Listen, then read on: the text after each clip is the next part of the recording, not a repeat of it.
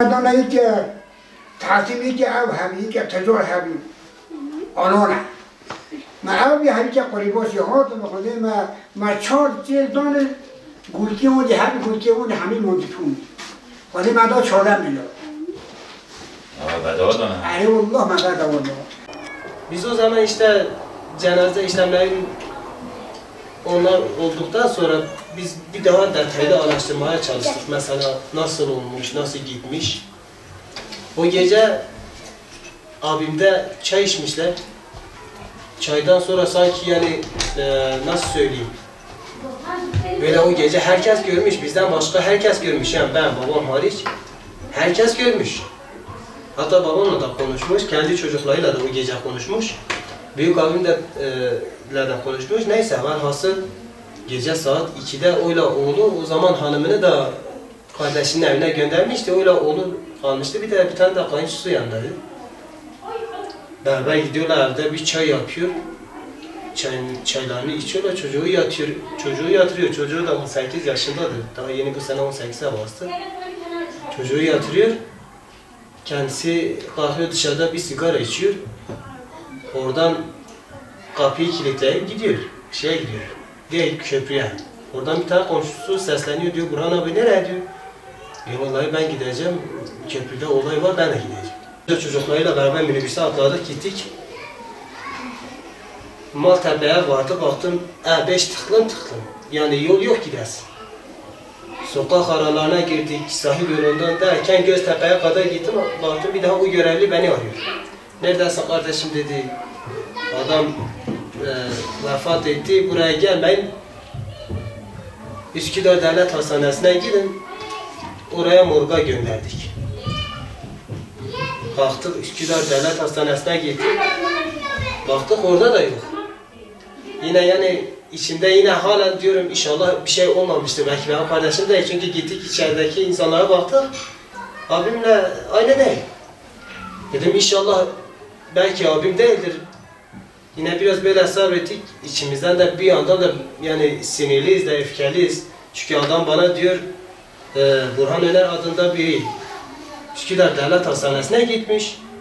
Devlet Hastanesi'ne gidiyorum, oradan da bakıyorum bana diyor burada öyle bir isim yok. برهان ربم چوه خود من دانش ها شهید کردی برهان رابیه چوه تصویه خاصابیه چوه شهید کردیه ما حتی صبح پاشم به حسن اره خودی اصابیه خودی دربه یک گوه جاری یه دیگه آوادی چی به یک دیدم دربه که نوی میگه چی به کناره ما هر دیدم احوال ما داریه هم بیزم آوید دیگه هم چه سان هر خودی دانه چی کس نزان والله برم نزان من دیدیه نمه تلاحی اون کیه همزانه اون وقتا که بیه هم بیسه ولی ما همه وصدانی یعنی وصابی مدگو عروض عشره یعنی ترگو عشره ها والله ما ام قد کی بید ام قد کی بید نهد بینه توی تپه ام توی تپه بید با وصابی یه وصابی جنوره چک کس نرازابی ها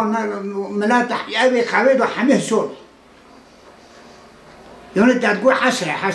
Eyvallah. FETÖ'cünün yaptığını biz televizyonlarda kendimiz öğrendik. Biz kendimiz de hayatımız boyunca yani ilk defa böyle bir darbe girişimi olarak gördük. Şöyle söyleyeyim. Yani tamam bu FETÖ'dür, bu terör örgütüdür, bu farklı terör örgütleridir. Kim ne olursa olsun bu devlete hiçbir zaman zarar vermeyeceğini 15 Temmuz gecesi herkes öğrenmiş oldu. Yani bu devletin yıkılmayacağını herkesin gördüğünü zannediyorum. Yani biz kendimizde aslen Kürdüz ama Türkiye'de de yaşıyoruz. Türkçe'de konuşabiliyorum, Kürtçe'de konuşuyorum. Sıkıntı olmuyor benim için. Kendim de siyaset olarak herhangi bir siyasetçi savunmuyorum. Onu da yani ben aktarmak istiyorum. Ama söz konusu vatan olduğu zaman akan kan durur yani. Burhan abim köprüde, Boğaziçi Köprüsü'nde sabaha doğru top atışı yapıldığı zaman şarapnel parçasının ayağına çarptığını videolarda gördük. Orada uzanmıştır. Hatta başucunda bir tane sakallı bir insan vardı. Ona şehadet getirmesini istiyordu. Evet. 15 Temmuz darbe gecesinde İstanbul'da şehit olan Vanlı Burhan'ın şehidimizin eniştesisiniz. Evet, eniştesi. Siz neler söyleyeceksiniz Burhan Bey'in şehit olmasıyla ilgili? Valla Burhan Bey'in şehit olması tabii ki Allah-u Teala kendisine rahmet eylesin. Allah-u Teala mekanını âli eylesin. Yani ben o gece tabii ki dışarıdaydım. Kız kardeşle tabii konuşmuştu. Konuştuktan sonra belli bir süre sonra çocuklarını yatırıyor. Çocuğunu yatırıyor, kaynını yatırıyor. Kapıyı üzerlerine kilitleyip böyle çıkıyor. Yani onlar da çıktığını haber vermiyor. Hatta bana da söyledi. Dediler ev sahibi bir bayan diyor ki diyor Burhan çıkma bu gece. Her taraf yanıyor. Her tarafta ateş var. Çıkma, o diyor ki diyor teyze ben bu gece nasıl evde oturayım? Ben oturamıyorum ki evde. Onu diyerek çıktı. Yani bayanlar bana söyledi. Ev sahibi bayan öyle diyor. Diyor ben Burhan'la bu konuşmayı yaptım. Burhan böyle deyince Burhan bana öyle dedi. Burhan gerçekten vatanı seven bir insandı. Vatan aşığıydı. Her şeyden önce dinini çok fazla seven, dinine çok bağlı olan, Allah'ına aşık, peygambere aşık bir insandı. Tabii ki Rabbini seven, peygamberini seven bir insan vatanını da sever, vatan da aşığı olur. O gerçekten bir vatan aşığıydı. Allah-u Teala mekanı cennet eylesin.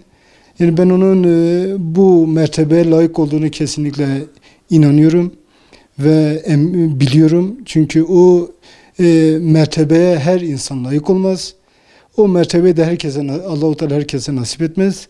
Yani Allah-u Teala bu tabii ki bir nimettir. Biz bunu kesinlikle bir acı olarak görmüyoruz. Tabii ki ciğerimiz yanıyor. Çok değerli bir insandı.